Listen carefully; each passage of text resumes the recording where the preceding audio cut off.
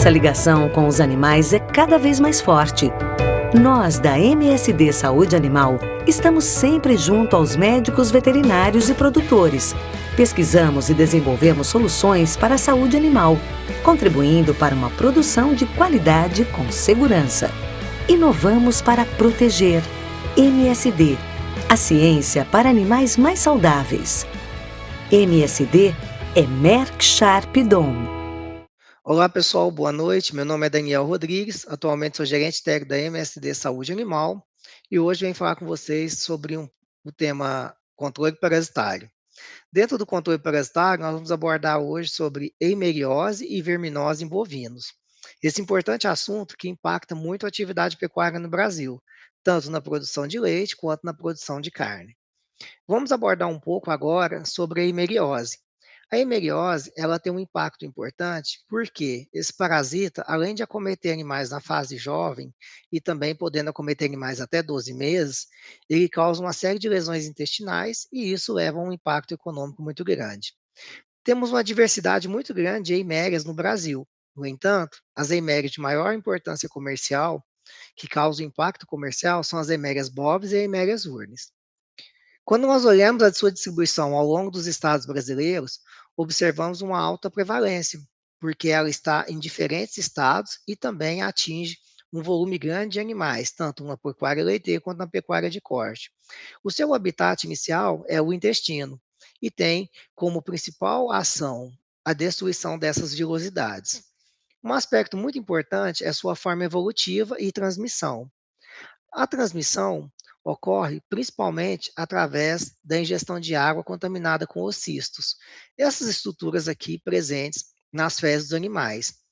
Após a ingestão da água, essas estruturas se desenvolvem no trato intestinal e causam impacto na capacidade de saúde produtiva do animal.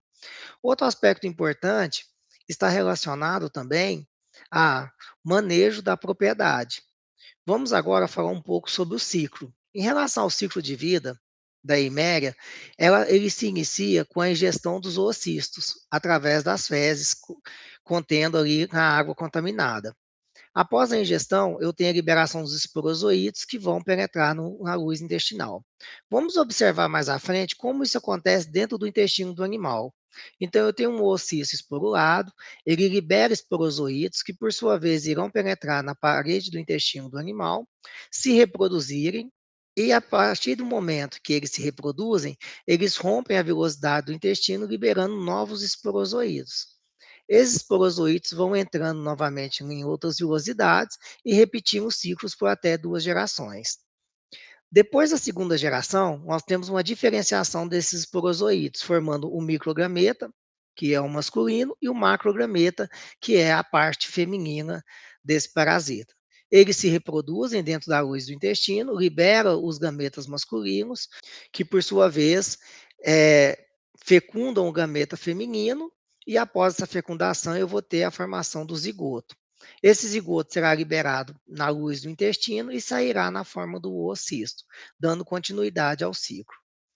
Esse processo do ciclo leva a um quadro clínico no animal, porque a partir do momento que ele começa a se reproduzir, eu vou ter lesões no epitélio do intestino, e essas lesões vão alterar o fluxo dos alimentos, causando diarreia e também a desidratação, conforme nós podemos observar mais à frente. Então, cada vez que eu tenho a formação de novas estruturas do parasita, eu tenho lesões na parede do intestino. Essas lesões fazem com que eu tenha um acúmulo de alimento. Esse acúmulo de alimento na luz do intestino, eu tenho alteração da osmolaridade, e isso acaba tendo uma retirada de líquido do vaso para dentro da luz intestinal. Esse processo nós chamamos de síndrome da má absorção.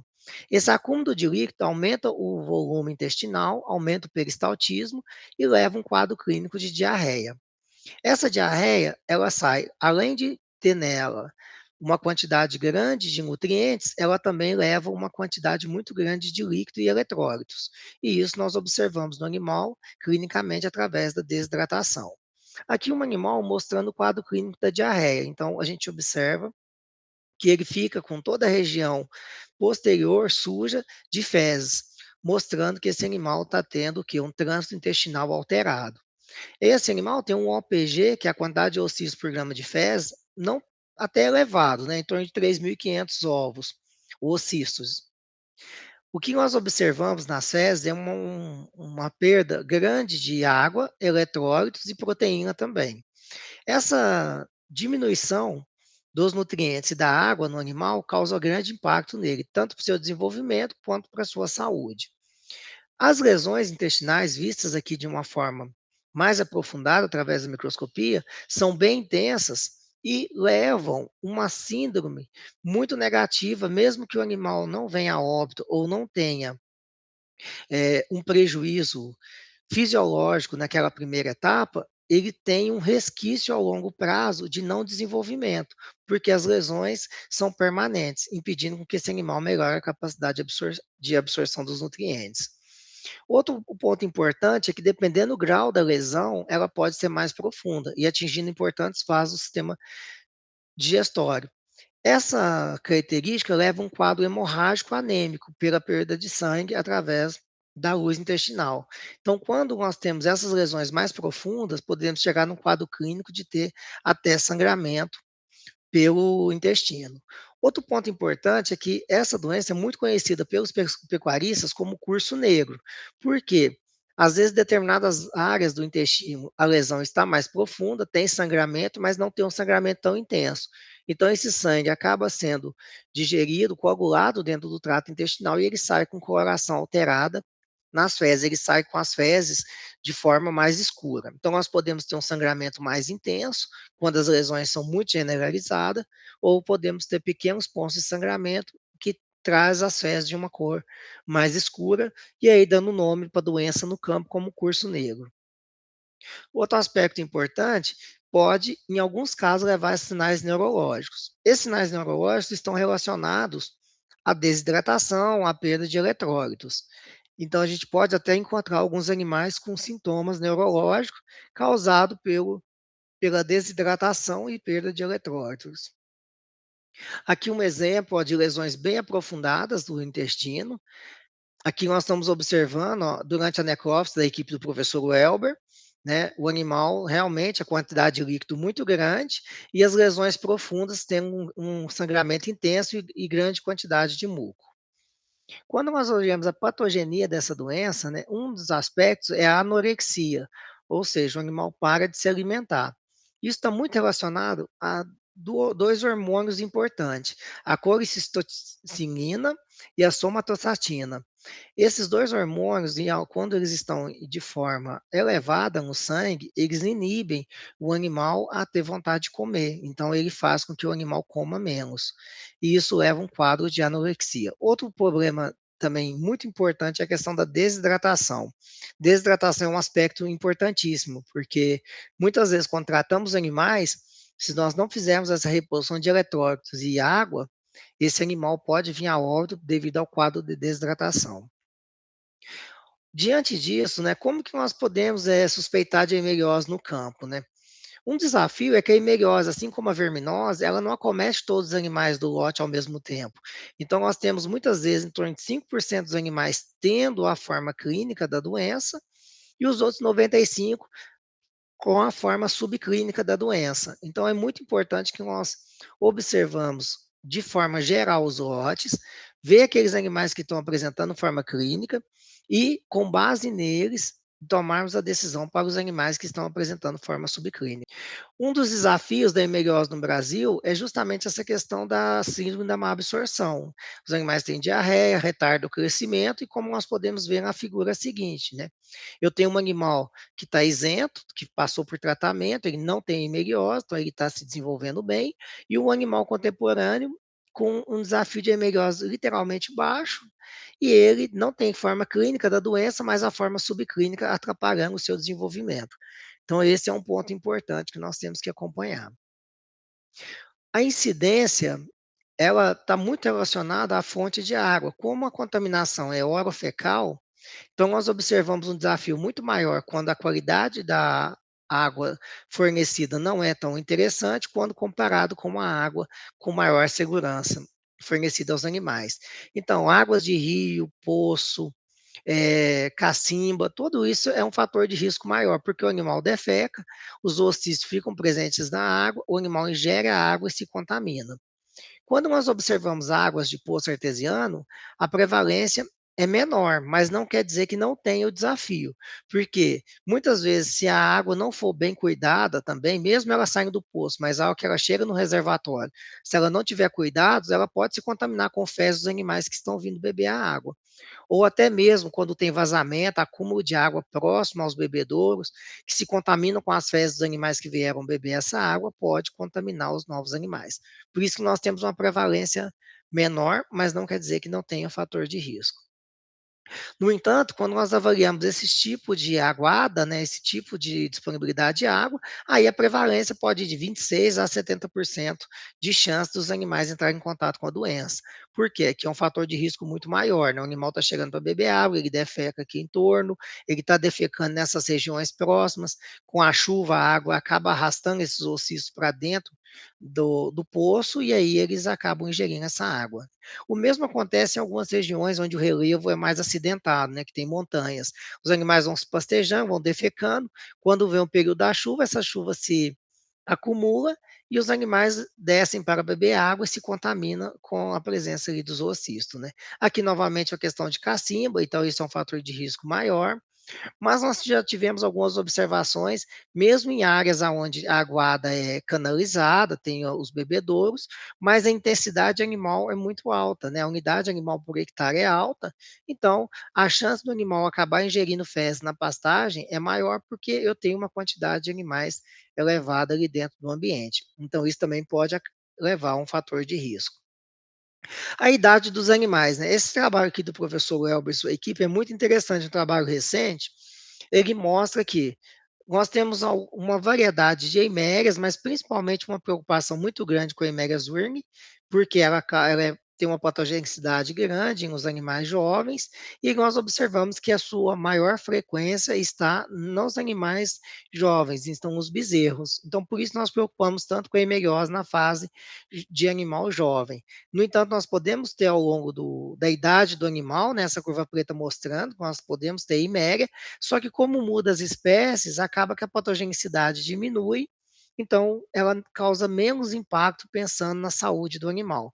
Podemos ter até alguns impactos econômicos, né, de diminuição da produtividade, produção de leite, mas o risco à saúde, como ela acontece na primeira etapa, está muito relacionado aqui a Eimeria urnes.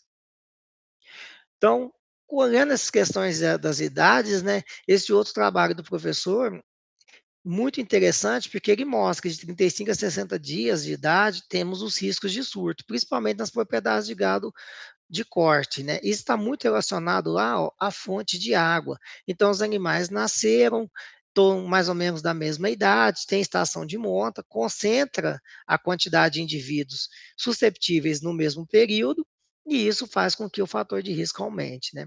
Então, essa concentração leva a maior contaminação e a gente começa a observar maior quantidade de animais com sintomas clínicos, né. Aqui um outro exemplo mais avançado, né, do quadro clínico, aonde o animal apresenta já uma questão de sangramento ou lesões mais profundas no trato intestinal.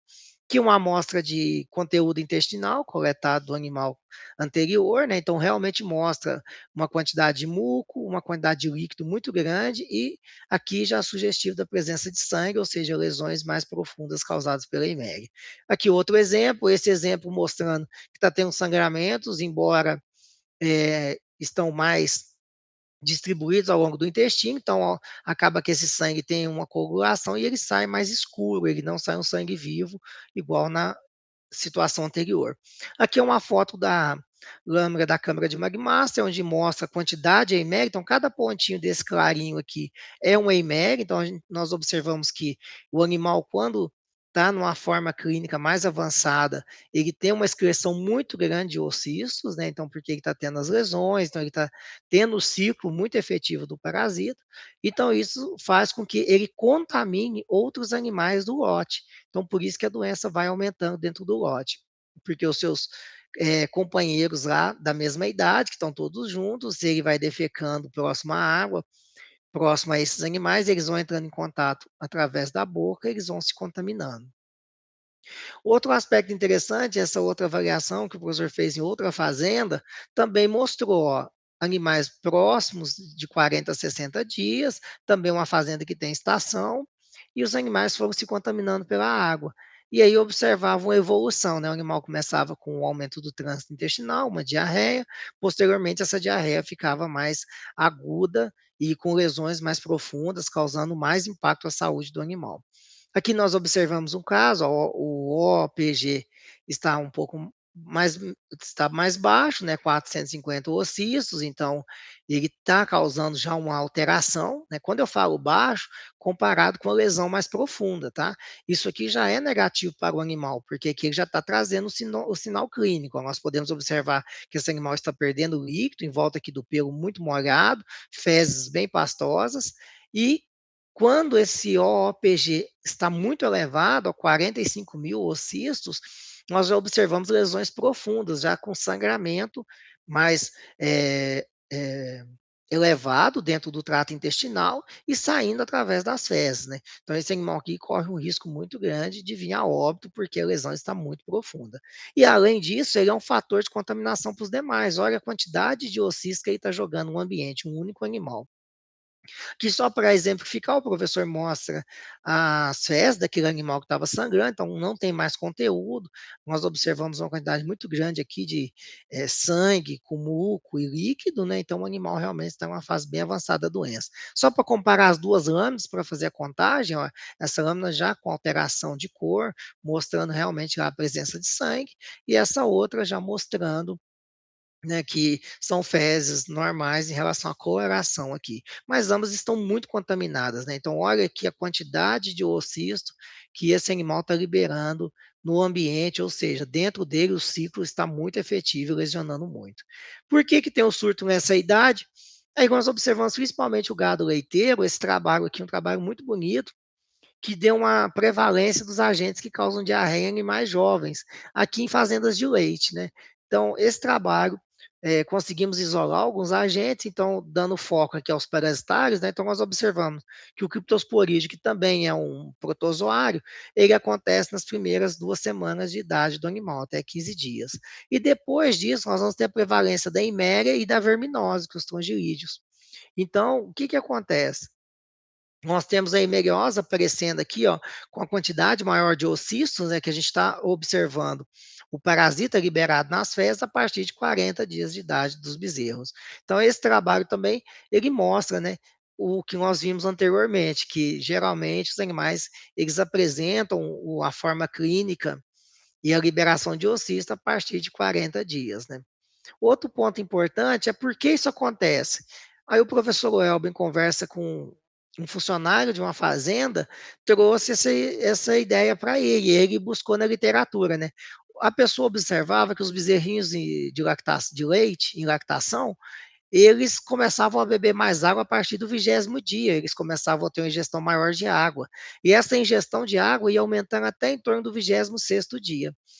E isso foi confirmado pela literatura. Olha que interessante, esse trabalho mostra justamente isso, a ingestão de água pelos bezerros.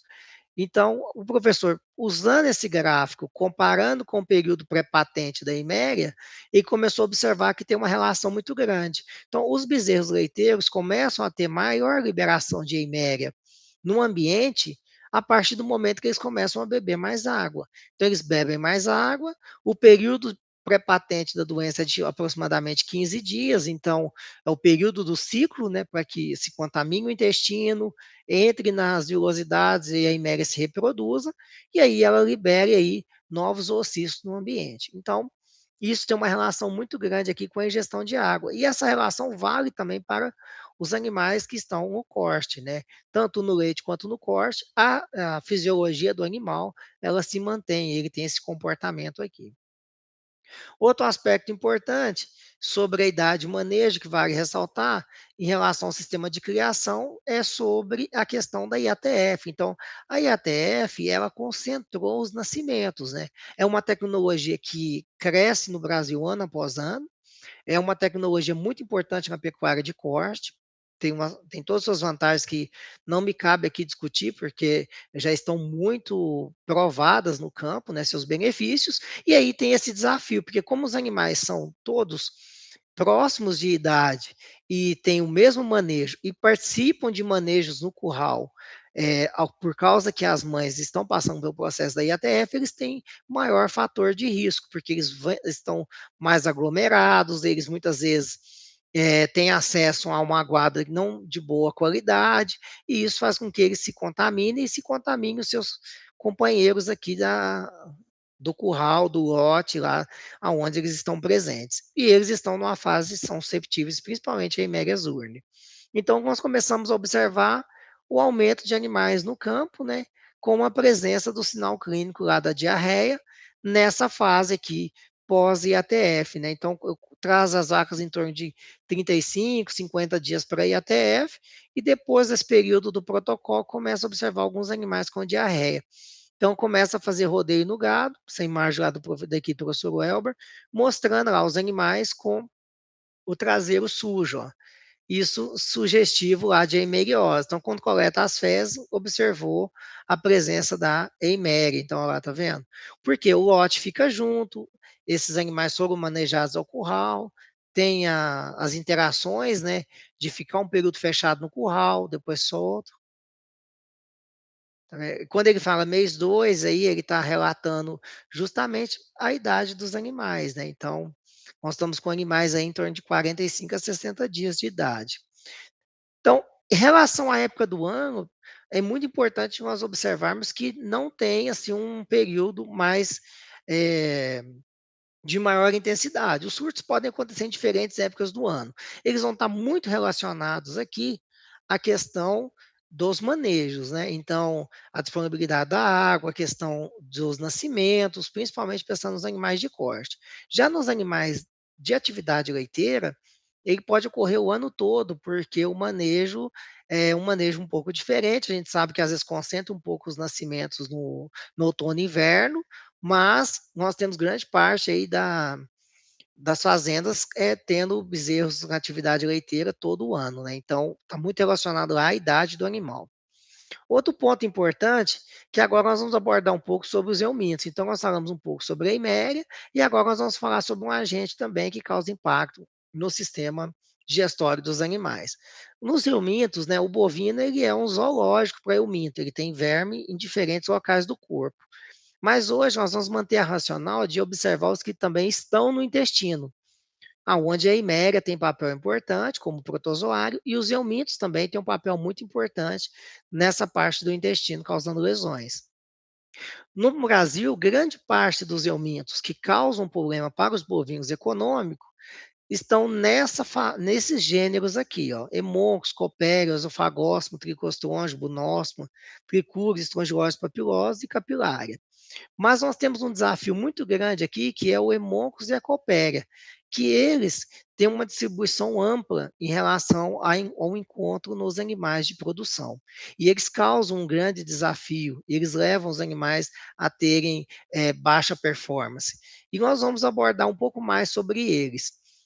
Primeira coisa é entender esse ciclo, né? Então, quando nós pensamos nesses vermes intestinais, um motivo que ele é desafiador, porque nós temos o encontro do animal com ele através da ingestão da larva lá no ambiente, essa larva se desenvolve dentro do trato intestinal do animal, ela bota ovos, esses ovos caem nas fezes.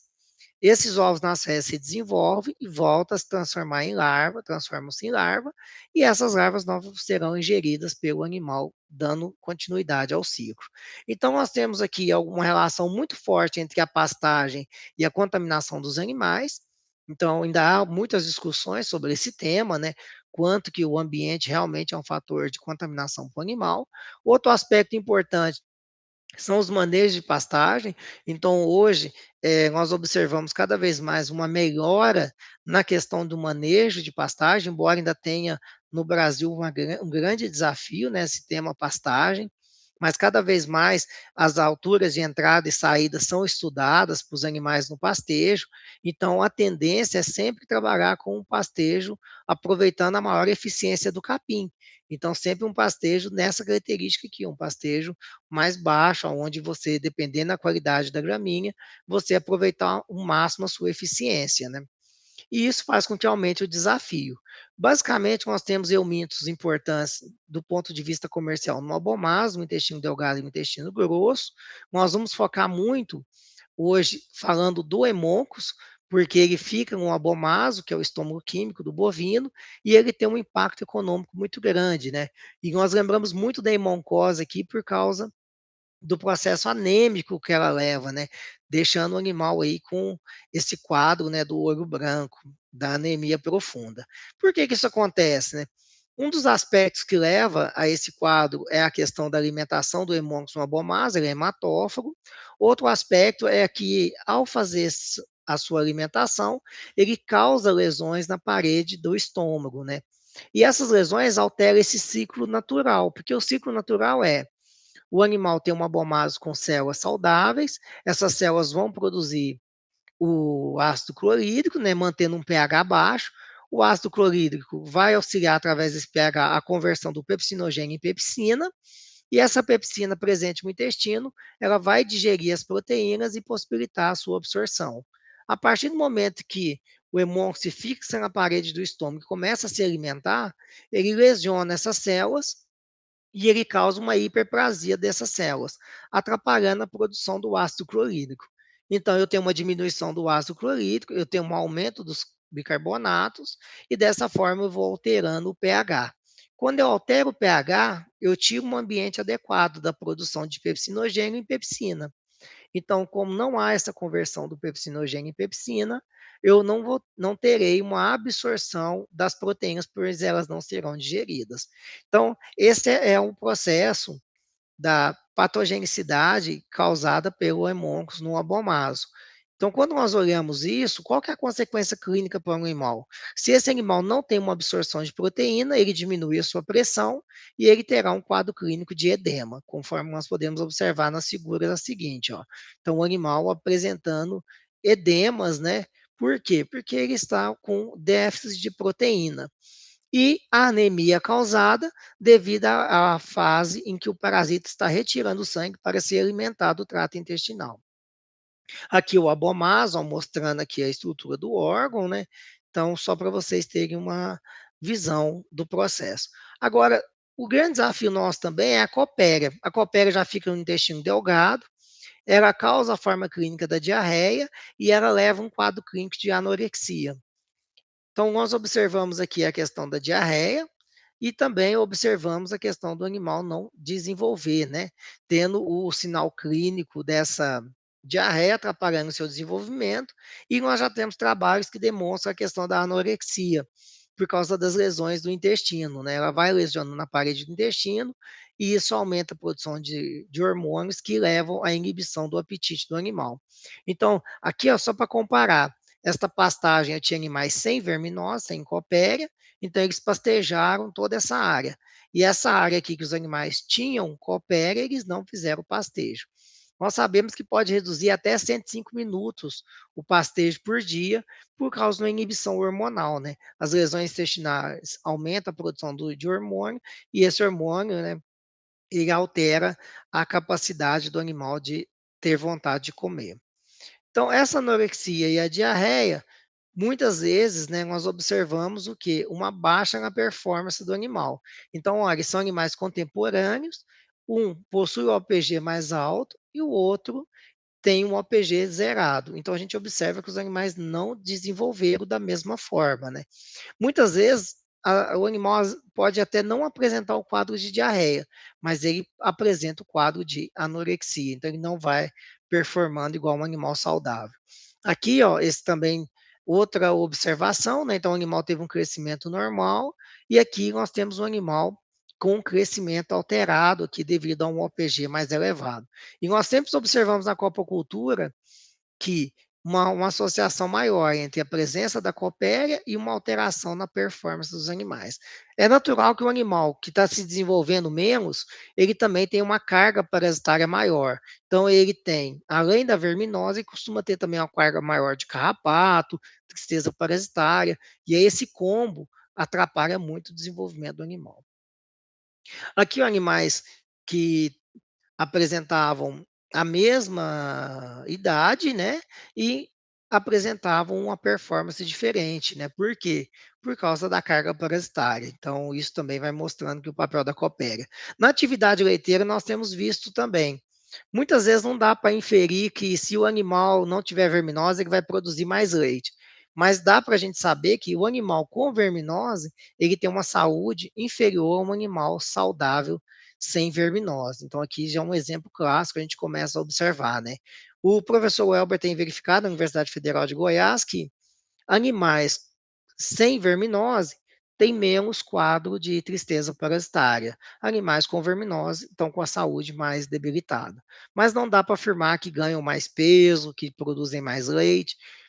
São coisas ainda que a questão da verminose, principalmente na atividade leiteira, está muito voltada à questão da saúde do animal. E aqui a foto deixa muito claro para a gente esse aspecto, né. E aqui algumas coisas interessantes, né, porque a gente tem que observar a questão do bovino versus o ovino caprino. Então o que que acontece? A verminose para ovinos e caprinos, nós temos uma prevalência muito grande de hemocos. Então, o que que nós observamos? A presença do edema, a hipoproteinemia e a questão da resistência aos medicamentos de forma muito intensa. E isso leva a um desafio na criação dos pequenos ruminantes, né? Hoje, a questão da verminose é um gargalo para a criação de pequenos ruminantes. Quando nós já observamos os bovinos, olha, nós temos uma prevalência muito maior do encontro da copéria. E a Copera, igual eu falei para vocês, ela traz uma forma clínica de diarreia, mas muitas vezes ela passa até mais leve, e o grande impacto dela é na performance dos animais. Então, essa racional aqui que o professor Welber traz, eu acho muito interessante, porque nós estamos observando mais animais com edema nos últimos anos. Isso tem nos preocupado, porque isso é um sinal que a hemoncose está começando a aumentar nos rebanhos, embora a copéria ainda seja mais prevalente. Então, o encontro do Hemoncus está trazendo mais animais com essa forma clínica de hipoproteinemia. E esse fator de hipoproteinemia, ó, é muito negativo. Por quê? Se no futuro nós tivermos uma mudança entre um animal debilitado pela copéria por um animal hipoproteico pela hemoncose, isso limitará o nosso a nossa capacidade produtiva pecuária em um país tropical como o Brasil. Por quê? A questão de novas drogas é uma coisa muito complexa, e o hemoncus ele tem uma resistência bem definida. Então esse é um fator de preocupação. Por isso que o tema controle parasitário e verminose tem que ser tratado com muita atenção pelos nossos colegas veterinários. Trazendo alguns dados, essa dissertação é uma dissertação muito interessante do Tiago, que ele mostra a diferença dentro de animais Nelore, o que é um susceptível, um resiliente e um resistente, né. Então esse dado é muito bacana, porque muitas vezes o que que nós temos na pecuária brasileira? Grande parte dos animais são Nelore, estão a pasto, então eles são, desafiados com a verminose, só que os animais que são susceptíveis, ó, o OPG fica mais elevado, então eles têm um impacto parasitário maior. Só que nós temos uma população muito grande de animais resilientes e resistentes. Esses aqui são os animais que escondem o desafio. Naturalmente, eles conseguem sobreviver bem. Então, muitas vezes, nós temos ainda uma grande utilização de produtos para controle da verminose que não funcionam, mas porque são mascarados por essa categoria de animais resistentes e resilientes. Quando nós olhamos o ganho de peso, ó, os animais susceptíveis, eles estão perdendo ao longo de um ano uma arroba de peso. Então, eles perdem uma arroba em um ano porque eles são susceptíveis. Os resilientes e os resistentes, eles ganham peso muito similar. Então, se eu utilizo um vermífugo e não faço um diagnóstico de OPG para saber como que está realmente lá a eficiência, eu não tenho ideia, e pode ser que esses animais resilientes e resistentes estão mascarando o resultado, e os meus animais susceptíveis estão tirando o lucro da propriedade. E esse trabalho da equipe do professor Welber mostrou muito esse dado, né? E olha que interessante, existe uma diferença entre Nelore e cruzado. Então, quando nós avaliamos o OPG, ó, baixo, moderado e alto, nós observamos que tem um impacto, sim, né, no ganho de peso, quando eu trabalho aí a questão do OPG. Então, por isso que hoje nós damos muita atenção para a questão do OPG. Então, em bezerros lactantes, ó, um OPG de 300, ele já causa impacto. Outro aspecto importante é em relação a categoria. Se eu tenho aqui fêmeas e machos, a fêmea ela é mais susceptível à questão da verminose. Então, mesmo com o APG mais baixo, a fêmea ela já começa a perder peso, comparado com o macho. O macho ele já tem uma resiliência um pouquinho melhor do que a fêmea, quando a gente compara com a questão de OPG. Outro dado interessante é em relação a grau sanguíneo. Se eu pegar o Nelore, igual o trabalho do Thiago anteriormente mostrou, e o trabalho do professor Elber agora também demonstra, o Nelore ele é mais resiliente à questão da verminose. Já o gado de cruzamento é mais susceptível. Então, mesmo o APG estando baixo, se for um animal de cruzamento, já pode estar tendo impacto no seu ganho de peso. Então, é muito importante observar também essas questões do grau de sangue. Outro aspecto importante principalmente nos animais jovens, é a relação entre a himeriose com alguns desafios, né? Como, por exemplo, a qualidade da água. Então, a gente observa que entre uma água boa e uma água não artesiana, uma água não de qualidade, o fator é entre 7,9 vezes o fator de risco. Só que se um animal tem uma verminose, ele tem um fator de risco para desenvolver uma hemeriose 18 vezes maior. Ou seja, essa fase dos animais acima de 40 dias é muito importante eu tirar o euminto e também para que eu não tenha a eméria. E de preferência, tirar os dois, tanto a eméria quanto o euminto. E por isso que a MSD, com base nesses conhecimentos de euminto, sabendo o desafio, no conhecimento da eméria e sabendo o desafio, ela pensou em uma formulação que pudesse facilitar também o manejo do pecuarista lá no dia a dia da fazenda e com essa fundamentação teórica. Então, para isso, nós temos o Panacox, né? Então, nós lançamos o Panacox com o objetivo de atender esses dois desafios. O Panacox é composto por um febendazol a 2,5% e por um toltrazuril a 7,5%. Por que nós usamos o febendazol? O febendazol tem uma característica muito importante de ser um antiomíntico. Ele age nos microtúbulos do parasita, então ele impede essa formação dos microtúbulos.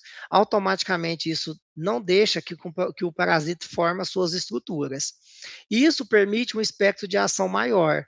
Então, tanto na formação das mitoses dentro do ovo do parasita, ele vai interferir, quanto a mitose na larva, quanto as mitoses que ocorrem no adulto.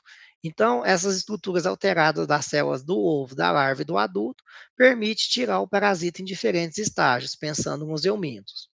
Quando nós olhamos a eficácia, né, ainda dos benzomidazóis, o febendazol é um produto de eficácia muito elevada. Então, com 3 dias você tem o APG zerado. Então, você tem uma alta eficácia desse produto como antiomíntico. Outro aspecto que nós olhamos foi sobre as questões de redução do APG, né? Então, lá mostrando, confirmando a eficácia, ó, com 4 dias você já tem a redução do APG chegando aí a 100% de redução, 100% de eficácia.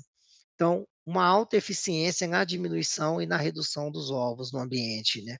Outro aspecto que nós trabalhamos muito foi sobre os eumintos. Lembra que eu falei para vocês os desafios do Hemoncus, da Copéria? Então, ele possui uma alta eficácia nesse controle. Então, há uma redução muito intensa, ó, chegando a 100% para Hemoncus, 99% para Copéria, assim, nas diferentes Copérias, e também nos diferentes estratos de Hemoncus, né? Então, olha, nós temos esse também, essa efetividade na larva L4 do Hemoncus, que é um grande desafio também. Então, isso nos dá segurança para 2 parasitas muito prevalentes, a sua alta eficácia. Outro ponto é sobre a sua ação. Lembra que eu comentei? Ele age no ovo, na larva e no adulto, e ele tem uma ação também na tênia, na amoniésia. Então, nesses vermes chatos, ele tem uma eficácia também. Então, promove a limpeza completa do animal. Além do febendazol, tem uma atuação no sistema imunológico, aumentando a produção de interferon, né? Então, esse trabalho foi demonstrado que quando eu faço uma vacina, ou faço uma vacina mais o febendazol, a minha resposta de ganho é melhor, ganho de peso, a minha resposta de proteção imunológica também é melhor. Isso faz com que as vacinas sejam mais efetivas. Então, por isso que nós preocupamos com a questão do aumento. Quando nós fomos na Iméria, nós escolhemos o totrosuril pelo seu mecanismo de ação. Ele age no esporozoito, na mitocôndria, então ele acaba atrapalhando a síntese, né, de RNA, então ele atrapalha a respiração do esporozoito e ele faz com que eu não tenha também uma qualidade de síntese de DNA. Então, ele para a efetividade desse esporozoito, então ele não consegue penetrar no tecido. Se ele não consegue penetrar, ele não dá continuidade no ciclo, ele não lesiona. Então, ele é indicado tanto para o tratamento quanto para o controle da hemeriose, e aqui os trabalhos mostrando também sua alta eficácia, né? Então, aqui é a curva de liberação de oocisto de um animal não tratado, e aqui, após o tratamento, a curva em azul, o grupo que recebeu o tratamento, a liberação de oocisto nas fezes, ela zera a partir do quinto dia, ela já começa a ter números muito baixos. Ele tem uma efetividade muito ampla sobre as diferentes espécies de Eimeria, principalmente dando foco aqui que a Eimeria zurnis e a Eimeria bovis.